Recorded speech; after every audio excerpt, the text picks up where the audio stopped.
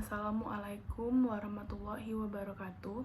Nama saya Fadia Melinda Gultom, NIM 2203060003. Di dalam video ini, saya akan menjelaskan fungsi dan organel sel hewan.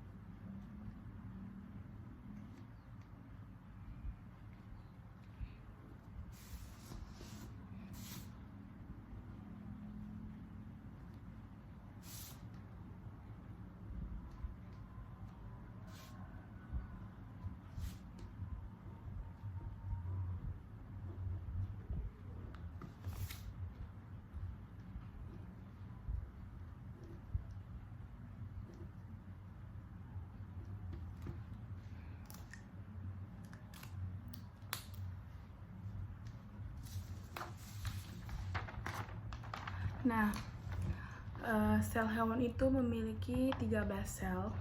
Yang pertama itu ini, yang pertama adalah nukleolus. Nukleolus ini berfungsi untuk mengintesis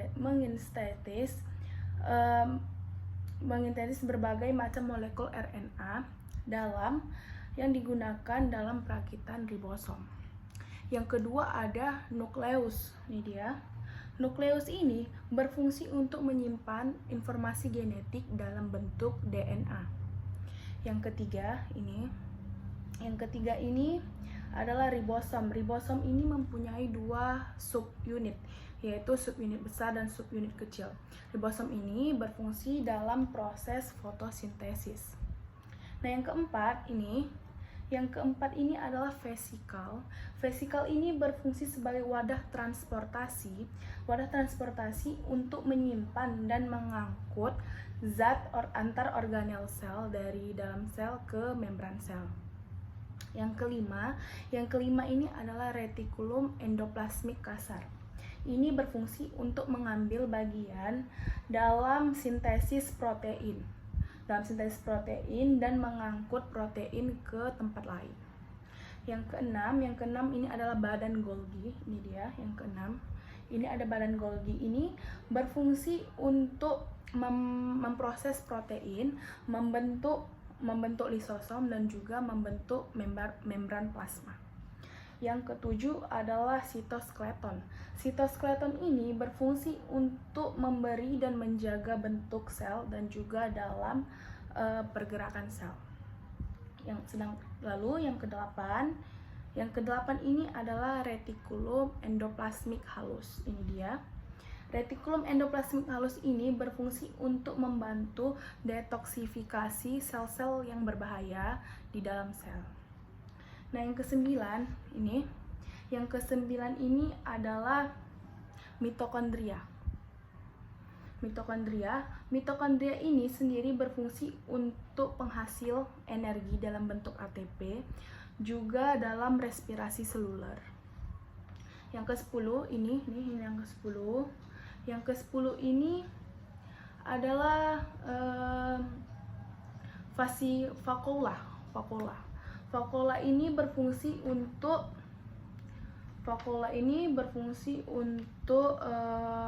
dalam proses endositosis dan juga eksositosis. Dan yang ke-11 ini